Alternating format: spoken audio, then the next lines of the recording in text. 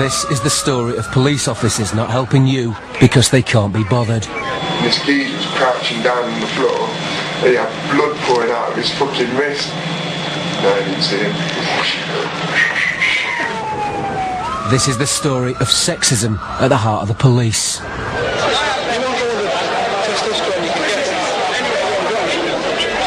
This is the story of a female police officer who believes her own force doesn't help victims of rape. If I'm ever raped, then fucking hell, I'm not reporting it to the police. I'd rather do myself in, because the help you get from these people are just ridiculous. This is the story of a public institution frustrated by endless paperwork. Hey, don't go to CPS. And if you do, just poke the bitch's eyes out for me. And this is the woman who went undercover to show you the reality of policing in Britain. Tonight on Dispatches, Nina Hobson is the real secret policewoman.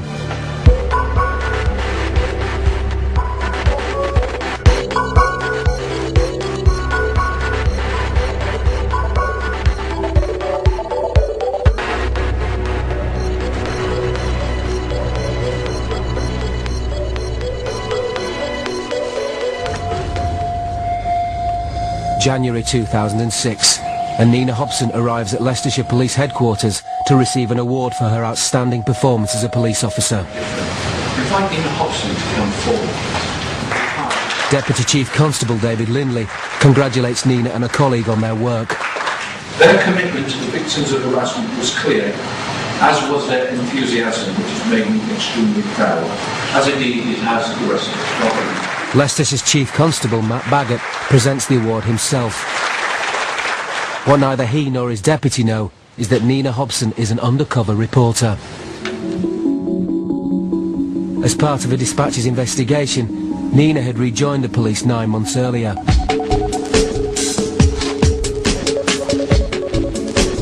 At 35, and after a 5-year career break, she was returning to a job she first started at 18. I'm actually quite scared. I think it's more apprehension of actually seeing people that I already know, and just making sure that I can still do the job, because obviously that's a priority, doing the job and doing my police role. During her first 11 years with the police, Nina rose to become a CID detective, picking up 2 police commendations along the way. But despite her success, she wasn't happy with the force when she left. Like many police officers, I became disillusioned with the organisation itself. I saw things that the public wouldn't see, the behind-the-scenes ways, that the sexism, the bullying, and I went through that and lived through that. After 5 years working in TV and media, Nina is back in the police, this time for Dispatches. But she finds things at the station haven't changed. Every shift starts with a briefing, but it's not police business that's the first item on the agenda. Nina's discovered officers often watch DVDs while in the station at night. Her sergeant throws in this suggestion. You've got any porn stars, because there's no women here after midnight. That's a sexist comment, Sergeant. There's no women here after midnight, so we can watch porn for a change.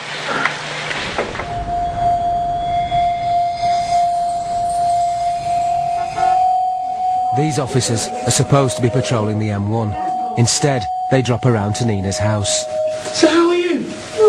Good. This is very nice. The 2 officers come round to see me because they're traffic officers. They normally work on the motorway. I happen to live probably 25 miles away from the motorway.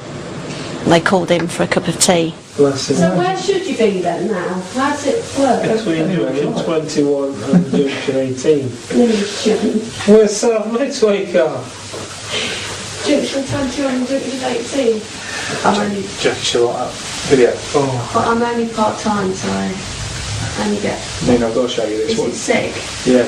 The stuff that they showed me on their mobile phone was absolutely disgusting. I don't want to see anymore. No, nothing. They're disgusting. Oh no, you don't know what it's on. My pony. You're on about. I don't want to see any with ponies. No, this one's different. It's not what you're thinking.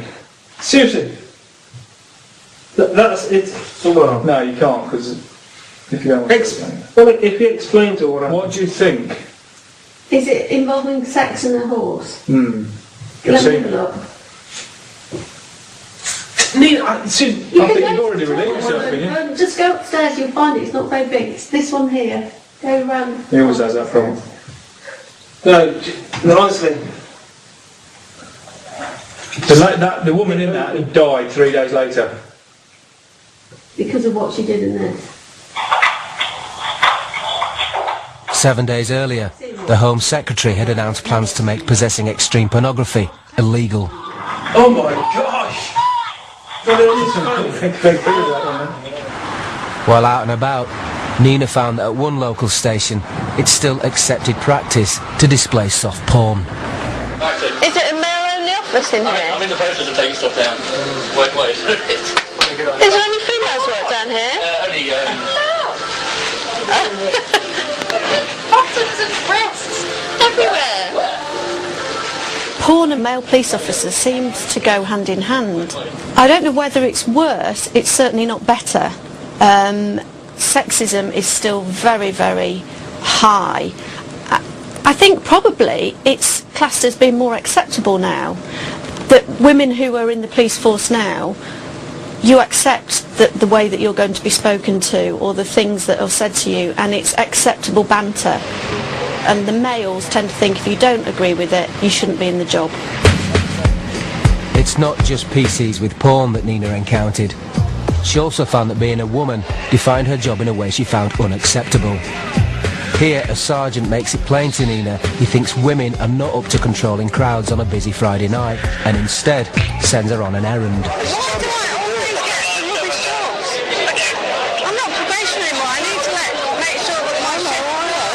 And he said, I'm sorry, Nina, that I gave you that job, but at the end of the day, you were the woman, it's kicking out time, and I want the blokes out on the streets for any fights that might happen.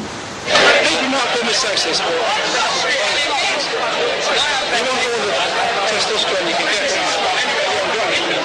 I think I was just, what chance have I got? If that's how my sergeant is thinking, that women basically aren't up to the job.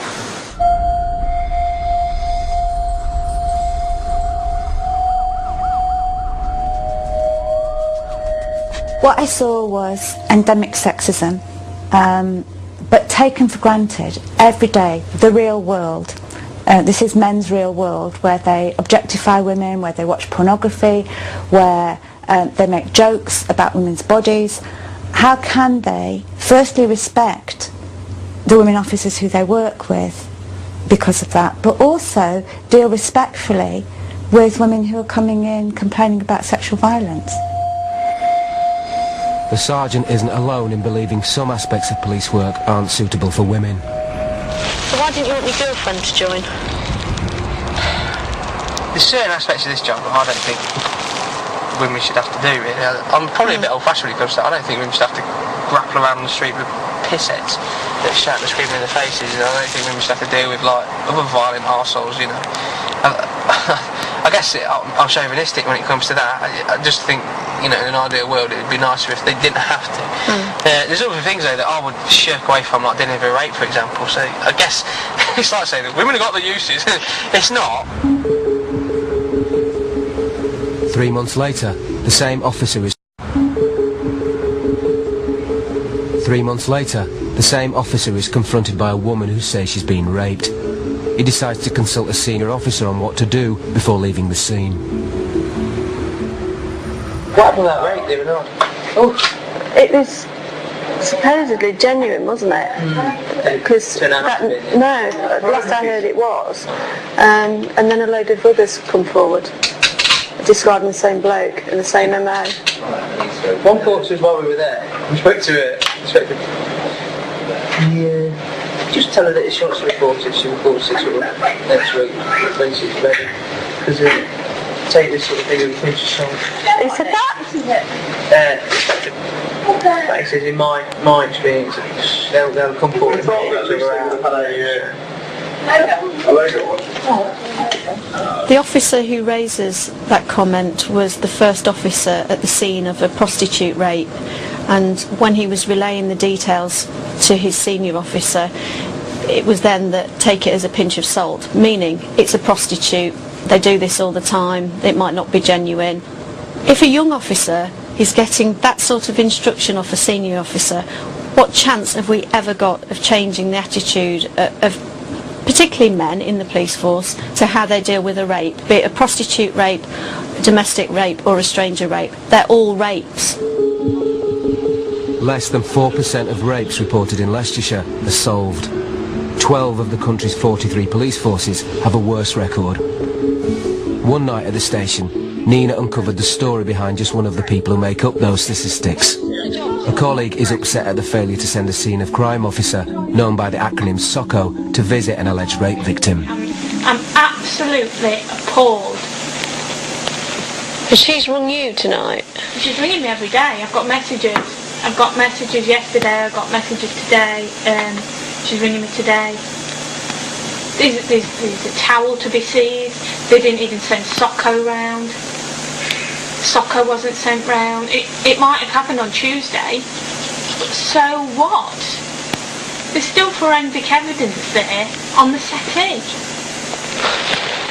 SOCO still hasn't been round? They haven't sent SOCO round, they haven't requested SOCO. I find that quite startling. In a case as serious as that there's been a delay in sending a scenes of crime officer around, who are called SOCO officers. Evidence such as that should be gathered as early as possible. I can't stress that enough. Home Office figures show that the overall detection rate for all crime rises from 24% to 38% where DNA is recovered from a crime scene. In rape cases, it can make an even bigger difference. Here we see that potential evidence was not even gathered, let alone analysed. And I'm not just surprised that that didn't happen, but also that there was no supervisor who picked it up and said, why hasn't this happened? Theoretically, every rape case is supposed to be supervised by a senior investigative officer. So we have a failure at the investigative level and a failure at the supervision level. And they wonder why I The PC talking to Nina doesn't think that the poor handling of this rape case is an isolated incident. I've gone through rapes, Nina, where I haven't spoken to anyone. When it's just happened. Then I've got silly bitches like saying domestic rapes, petty rape and all this, that and the other. I think she should be able to fucking Who's job. that? I dealt with one off the... They wouldn't send anyone to deal with ours. I went over to deal with one of theirs. And it was horrific. This woman had gone through 6 months of being raped every weekend by her husband, who just burst into the door. And we went there and she turned around to me and said, oh, domestic rape should be dealt with as petty rape. You stupid bitch. Who is she? I mean, this is almost reminiscent of the bad old days of that we saw back in the 1970s, I think it was, with Thames Valley Police, where people were actually dismissing and not dealing with rape cases in the way they should be. And it's very difficult to see any justification whatsoever for anybody taking an allegation of what they call domestic rape any less seriously than any other allegation of rape. It was like that when I was doing it. Well, what are we playing at? You've been in 12 years, for fuck's sake. Things should have changed after 12 years of bloody... What are we? I know. I've just said, if I'm ever raped, then fucking hell, I'm not reporting it to the police. I know. I'd rather do myself in, because the help you get from these people are just ridiculous. Things like rape, you still hear police officers saying she asked for it, she had a short skirt on. And I thought we might have moved on, but we quite clearly haven't from that. Coming up, at a time when the government wants value for money from the police, Nina is surprised by some of the late-night antics on duty. And she finds a novel use for squad cars. I haven't played hide and seek in a police car before.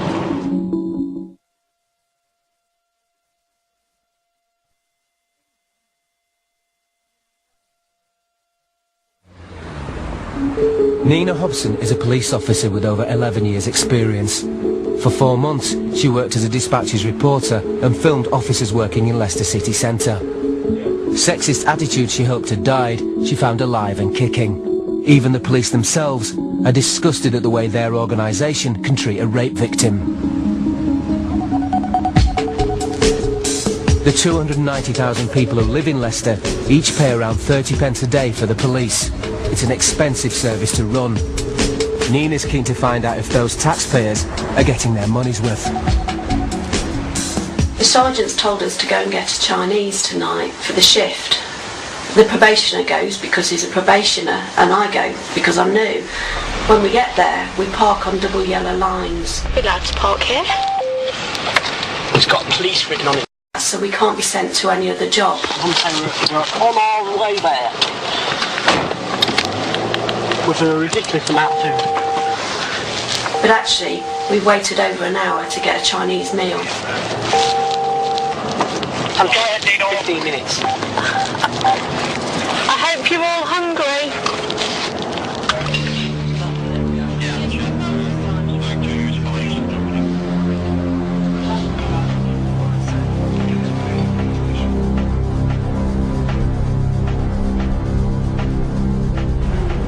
Nina's rejoined the police as the UK's 43 forces are going through their biggest period of change since the 1960s.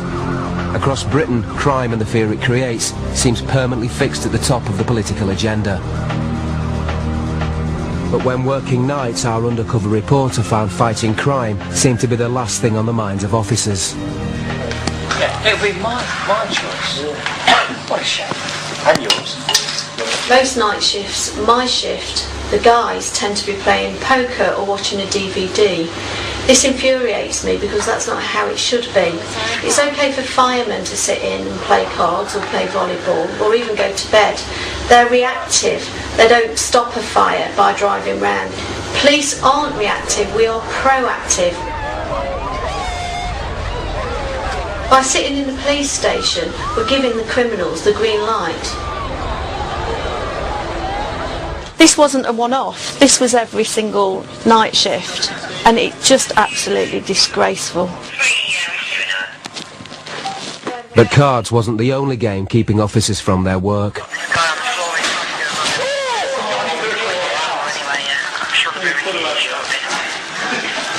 This here is the custody suite. The custody suite is the area where prisoners go once they've been arrested or detained.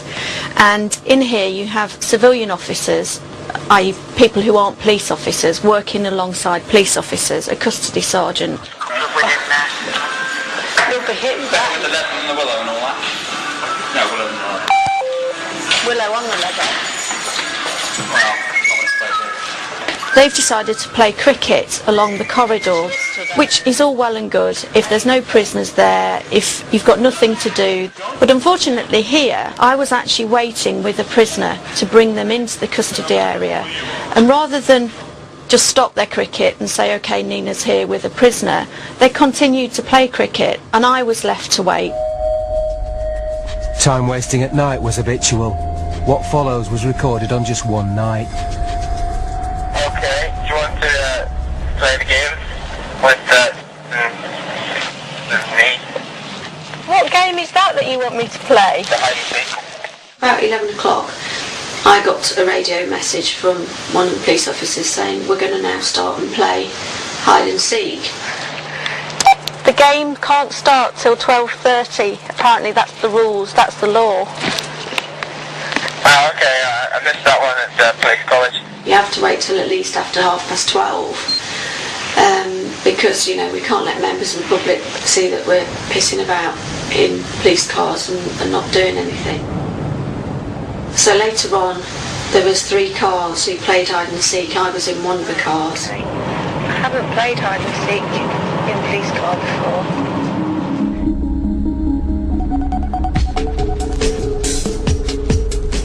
And they were telling me that this is how we did it. We had certain rules. That you had 15 minutes to hide, in which people had to try and find you, and you had to stay still at all times. And then every 15 minutes you'd be given another clue.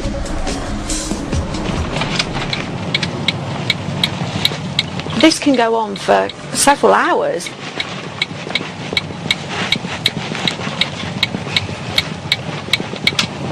There they are. Get them. It's really... Oh no! What? You blew it! That moment of blinding them. I pressed the wrong button. I'm all fingers and thumbs. The game was finally broken up by an emergency call.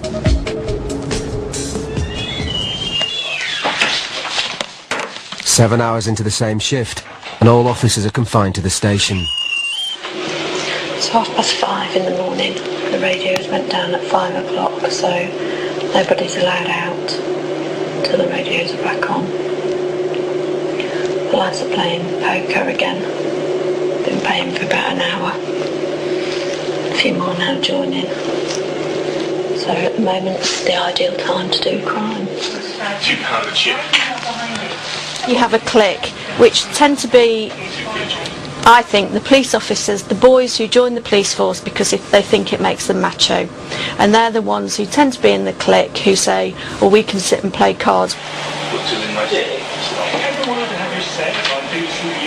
There's a definite diversion within the shift because you have got your officers who are the hard workers, and everybody knows that they're the harder working officers. They're the ones who turn out to the jobs.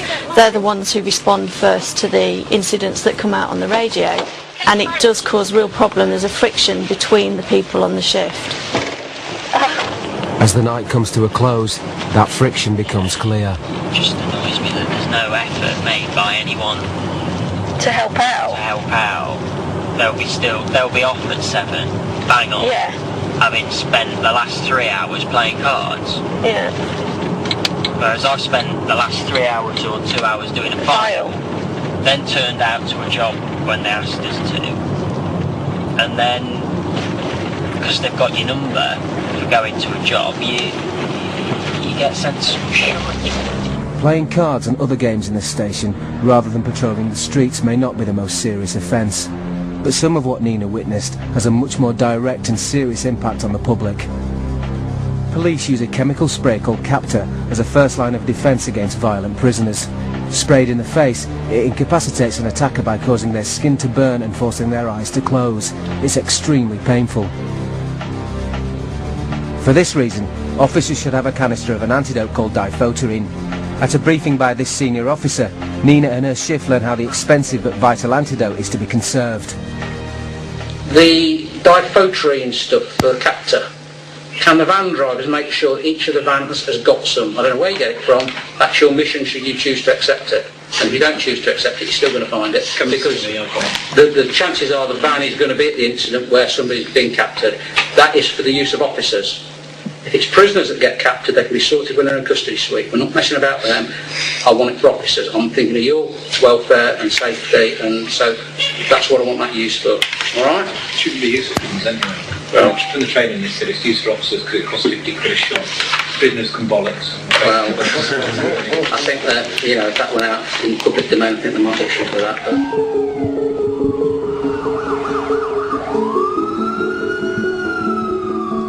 on another occasion, Nina was shocked by what happened when two officers near the end of their shift were asked to come to the aid of a woman being roughed up in the street by a man. Go back in. Yeah.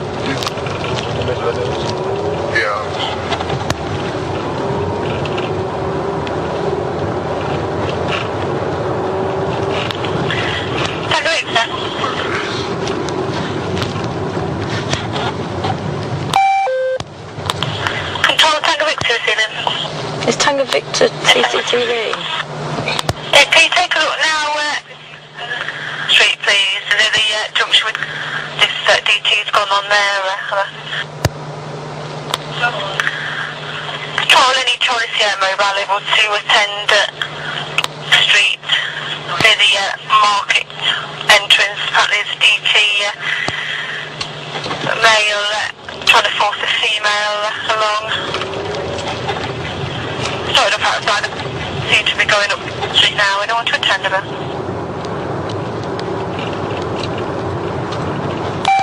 Are we going?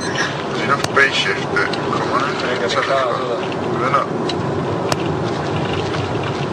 Come on in. Let's have a look. They're not. Despite being very close to the incident, the officers failed to respond. It's 3.5 minutes before another unit answers the call from the police control room. I mean, this is one of the clearest examples you could see of dereliction of duty by a police officer, and astonishing that, you know, they don't know the seriousness of the offence. That woman could be being dragged down an alleyway, being raped, seriously injured, and yet he's quite prepared just to turn his back on it and drive on. And it seems an appalling piece of behaviour, not one that we expect from our police force. Later in her time with the police, the driver of that patrol car admits to Nina that during the last World Cup, he and his colleague put catching a game of football before his duty to the public. Come basically fly over, past the matches on your left, and there's this geezer, it must have been about 5 in the morning, and this geezer was crouching down on the floor, and he had blood pouring out of his fucking wrist. I said, you see that man over there? He goes, what man? He says, that man over there, that fucking injury to his arm, he's sort of crouching down, he looks like he's about to pass out. He goes, no, you can see him. Fucking jump up. Sounds like... We're going in.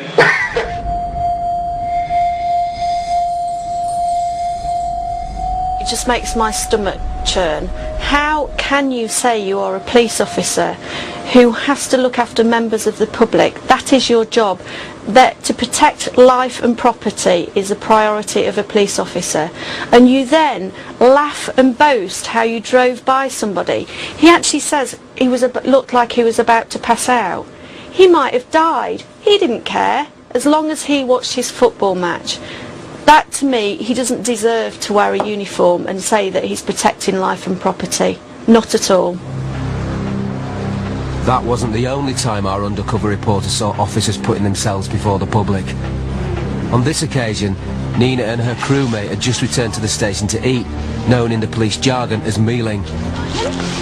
A Grade 1 job is an incident requiring immediate attention, such as a 999 call.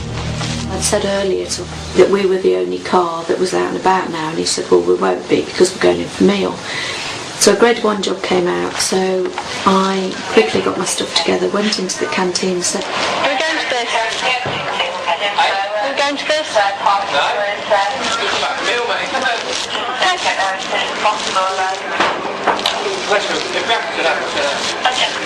So I went back into PC and said, he's refused to go with me, and at which point she got called to another job because she got the van. He won't go out with me because he's not turning out because he's mealing. So do you want me to come with you? Yeah, I'll get him to go. I'll go. 3 other officers were mealing at the same time. They all stood up and said, we're going. You got, yeah. PC stayed in the canteen all the time. He didn't make any attempt to move. 19, I'll go, yeah. Do you want me to go? It used to be that you had pride in your job, and it's that's missing. I was so proud to be a police officer from the day that I joined to the day that I left. These people aren't proud to be police officers. They're doing it so that they can say, I'm a police officer, I'm cool, and that, to me, is the only reason, and he proves that. Nina's disappointed to have uncovered poorly performing and demotivated officers. She's been appalled by the action of 2 officers in her shift of around 16 who have failed to respond to emergency calls. Coming up, as the government introduced wholesale police reform in an effort to drive up standards, Nina uncovers just how officers are reacting to the changes. Does that defeat the objective of what the government want you to do then? Right, but I think it's self-defeating anyway. It demotivates 90% of the staff. The amount of paperwork. Here that's not just about cutting paperwork. It's definitely... I know.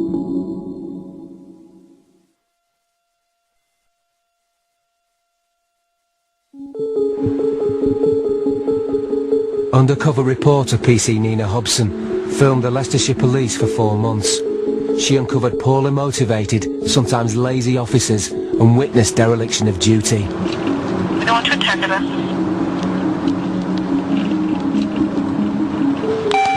Are we going? The government has introduced targets and performance-related pay in a drive to improve standards. Most of the police officers hate the targets. They feel that they're doing things differently now purely to make the government happy, purely for the Chief Constable of Leicestershire to put the right figures into the Home Office. Everyone seems obsessed with targets, though. That seems to be the buzzword. It's the government thing at the moment, isn't it? I don't really understand it, and that's probably because... The only thing that you're actually assessed on, or one of the key performance indicators, is your detection rate and your prisoner rate. So how many prisoners have you got, and how many detections have you got? Targets include the number of arrests and detections or crimes an officer has cleared up. The government hopes that the measures will drive down crime. In Leicestershire, these figures play a big part in grading each officer on a scale of 1 to 3. Those officers in Group 1 are eligible for a bonus of up to £2,000. Yeah. But if you want my honest opinion, I would never ever go for a 1. Because I think it's so divisive, and so people get so wound. Why are they better than me? You know, just because they've done this, I've done this. Very, very subjective. Yeah. So my view has been, I won't go for the money. And if I went for the money, I'd share it with the ship. Right. That's what one of our ships that I went on. That's what they did. They picked someone. Right, well, we'll put everything through you. We'll put everything through that person. And then they shared the money out. Wow. I thought that was much better. That's teamwork. Yeah. But if you can agree on that, then that's fine. Does that defeat the objective of what the government want you to do then? But I think it's self-defeated anyway. It demotivates 90% of the staffing. I don't think it motivates those that are exceptional anyway. Those that are exceptional, they know they're exceptional, and everybody knows they're exceptional as well. You know the person who's going out getting their prisoners, always enthusiastic and things like that. And they say, well, that rewards them. To what end? I'm not sure what end. The inspector is talking about the premium which is increasingly attached, as Nina discovered to her horror, to not how well you do your job. It's down to how many numbers you can generate in terms of the numbers of arrests you'll make that result in a detection which the force as a whole can then claim in the figures that it sends back to the Home Office. Because that's what's driving everything. It's the numbers that count, not how well you do your job. For me personally, I considered myself to be a good police officer. The jobs that I did to the best of my ability, and the victim or the public was always my number one priority. For example, I was a rape officer, so I could spend a week with a rape victim, which takes me away from being able to achieve my targets. I could then be taken into the office and told, well, you haven't reached your targets. Forget the fact you've been dealing with a rape victim or a child who's been abused. You haven't reached your target. You haven't reached your detection rate. Well, you can't run the police force like that. The targets are being used as a way of trying to motivate the rest by saying, if you give us the right numbers, we'll give you more money. So the cynics are just saying, well, okay, if that's a way of earning more money, we'll find ways of giving them the numbers, and we still don't need to do anything because nobody's really supervising us.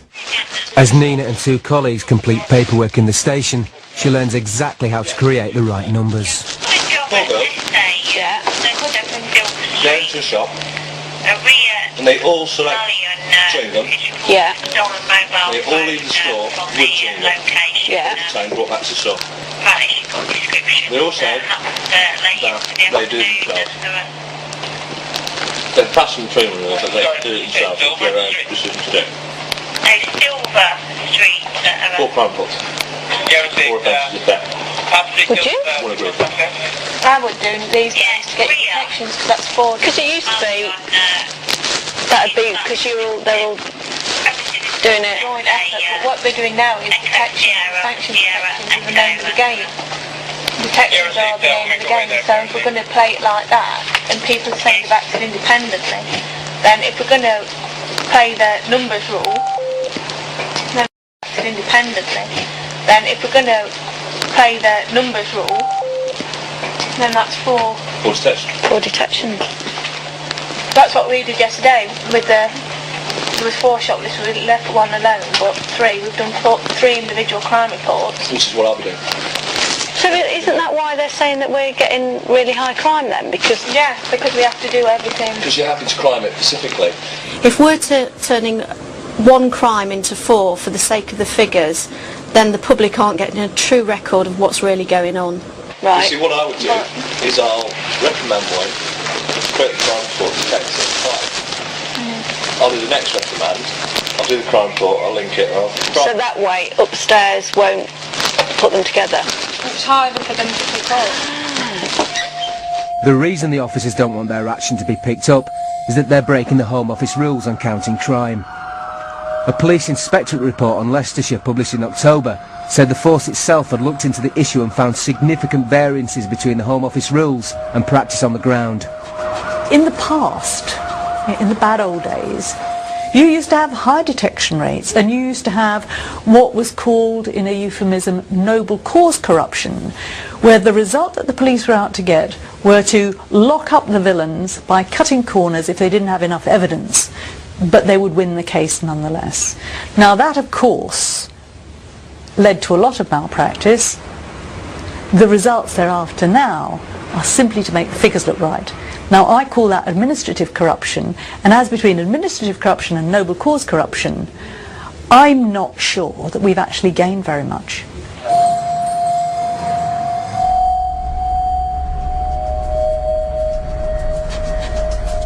Not only have targets changed the force itself, but also the way officers deal with the public.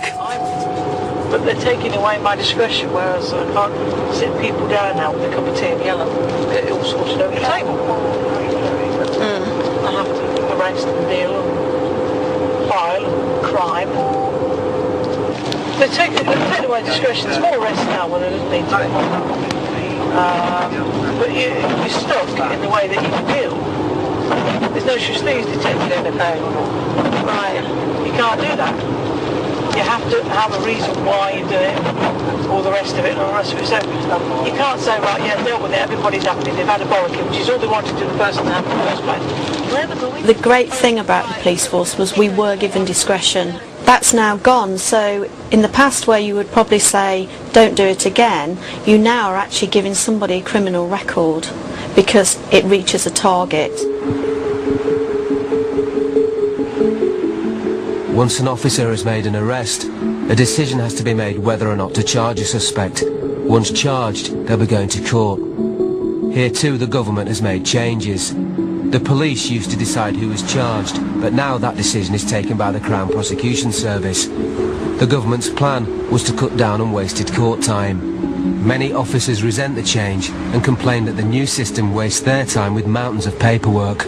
Like, for example, offender details, where you fill it out on the custody record, you fill it out on the Phoenix form, you fill it out on the circumstances form, you fill it out again on the computer on the offender sheet. It's just really repetitive. It's one of the main complaints I hear from police officers is what we're just hearing here, the repetitive nature of their job, how they've become more clerical officers rather than police officers. They're not on the street catching the criminals, doing what they thought they were signing up to do when they joined the police force. Being convicted of a crime is a 3-stage process. Suspects are arrested, some of them are charged, and a proportion of this group are then taken to court. The CPS now have to demand all the paperwork for a trial before they decide whether to charge someone in the first place. This leaves the police feeling they're wasting a lot of time gathering information for cases that'll go nowhere. The process is called preparing a file, and as this CPS lawyer explains, without one, she won't make any decisions. And we won't charge them until they're apple pie and all in order. Yeah. And that's part of that process is, and it's something really that, you know, senior officers here are just going to have to accommodate that. Yeah, and it needs to come from them. Exactly. Because it's part of the process, you know, we're up front now with our preparation, not chasing our tails. These demands for trial-ready files frustrate officers who fear they waste too much time preparing for cases that won't go to court, as this senior officer explains. What they want is a completed, finished article. Yeah. Actually, life doesn't work like that. and there's nothing that says you have to do that. We're actually in combat with them at the minute. Yeah, and I said to her, what's the relationship with the police then? And she said, oh, we've got a fantastic relationship. And I thought that's one thing I've really noticed. It's them and us now. And it did actually, we did used to work with CPS. No, they are. They're difficult. One of Nina's sergeants believes it's this new CPS system that lies at the heart of the problem of police bureaucracy. The amount of paperwork. You hear this nonsense about cutting paperwork. It's definitely... I know. With CPS taking over the decision making, they basically want a full file before they make a decision. Yeah. I've had some... A recent Home Office report has found that officers spend 43% of their time in the station and that 41% of that time was spent on preparation of prosecution files and other paperwork. I get to see him tomorrow. My day's been really frustrating. I feel I've got absolutely nowhere because my prisoner, I don't think, will go anywhere. But it's taken a whole 9 hours. Yeah, 9 hours to process him. So that's 2 police officers off the street for 9 hours. For what? That's reflected very often in what we do at police stations as well. I mean, we're now finding we're going back to police stations 3, 4, 5 times, sometimes before a decision is made not to charge. And yet government ministers seem somewhat surprised that the cost to the legal aid fund is increasing, and however much we try and explain to them there's a lot of wastage and wasted time within the system, they don't seem to understand it. Frustration at delays and mounting paperwork often leads to a breakdown in relations between the police and the CPS. Don't go up to CPS, and if you do, just poke the bitch's eyes out for me. Okay. Excuse me, you CPS? Yeah, did you see an officer earlier on? Yes, I did. You didn't have your MG3 over there or anything? Yeah. Was it signed? Yep. What's the problem then? She was really off. Nina said that she felt awkward in there. It was horrible. She did feel awkward. She was horrible. She sent me to many tasks. It was them and us. The CPS and the police used to work very closely together, and it was them v the defence. But now it feels very much that it's the defence, the CPS and the police all pulling in separate directions. The Chief Crown Prosecutor of Leicestershire, Martin Howard, said, I do not believe that this accurately reflects the professionalism of Leicestershire Constabulary or the good working relationship between the police and CPS staff. The charging programme is a new way of working with police which involves the building of robust and sustainable cases from the start. In February 2006, an independent review team conducted a detailed analysis of our charging scheme. They found that both the police and CPS staff had a very good understanding of the principles of charging, and there was good evidence of a strong prosecution team approach.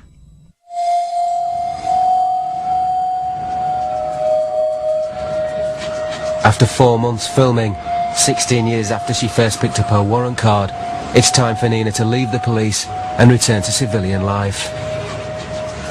16 years. 16 years. I've been with the police. But now it's over, and I knew that it would be over when I went into making this programme. But actually the reality is a lot harder than I thought it would be. But I hope that everybody realises why I've made the programme, and I hope that it changes things for the people who are still in the police, the people who do give up so much to be good police officers and who should be supported and not just totally browbeaten by the bureaucracy and the government and the system. On January the 24th, 2006, Nina Hobson was awarded the Chief Constable's recognition of outstanding work. 3 months later, the Chief Constable watched the programme you've just seen. What can I say first? You've just seen.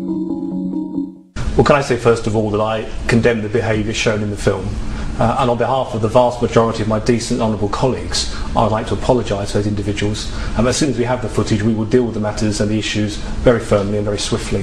What we saw in the film suggests there is a culture of sexism permeating the force. Well, can I say again that sexism is unacceptable. It has no place in one organisation, and nearly half of the colleagues I commended last year were female colleagues and valued colleagues. Some of the most shocking material relates specifically to rape and the idea that officers aren't collecting evidence, that they're not taking allegations seriously. In the National League table of forces, you are already well down the list. You come something like 30th out of 42 in the number of rapists that you catch. It explains why, doesn't it, when you see behaviour like that? Well, rape is a despicable and horrendous crime, and it makes no difference who the victims are. I need to say that very clearly and very straightforwardly. Rape is a horrendous crime. Our detection rate, actually, last year we convicted dozens of people for rape.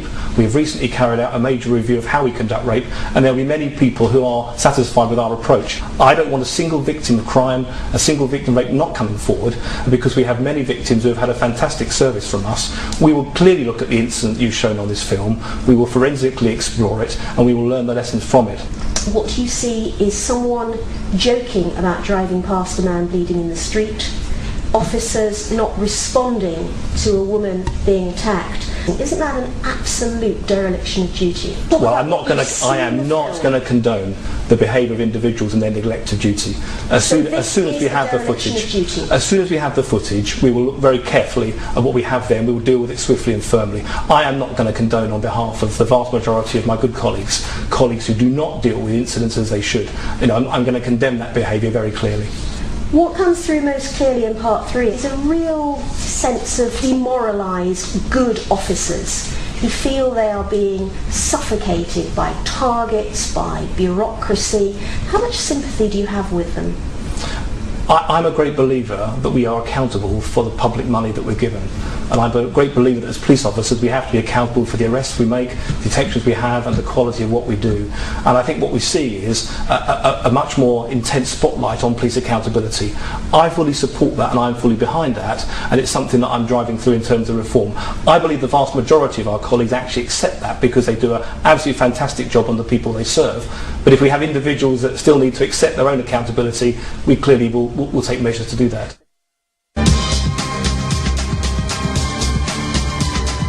There are already wars over it. Imagine a world without water, Saturday at 7:35. Next tonight, a big cast for a big movie. Robert De Niro, Brad Pitt, Kevin Bacon and Minnie Driver in a tale of revenge.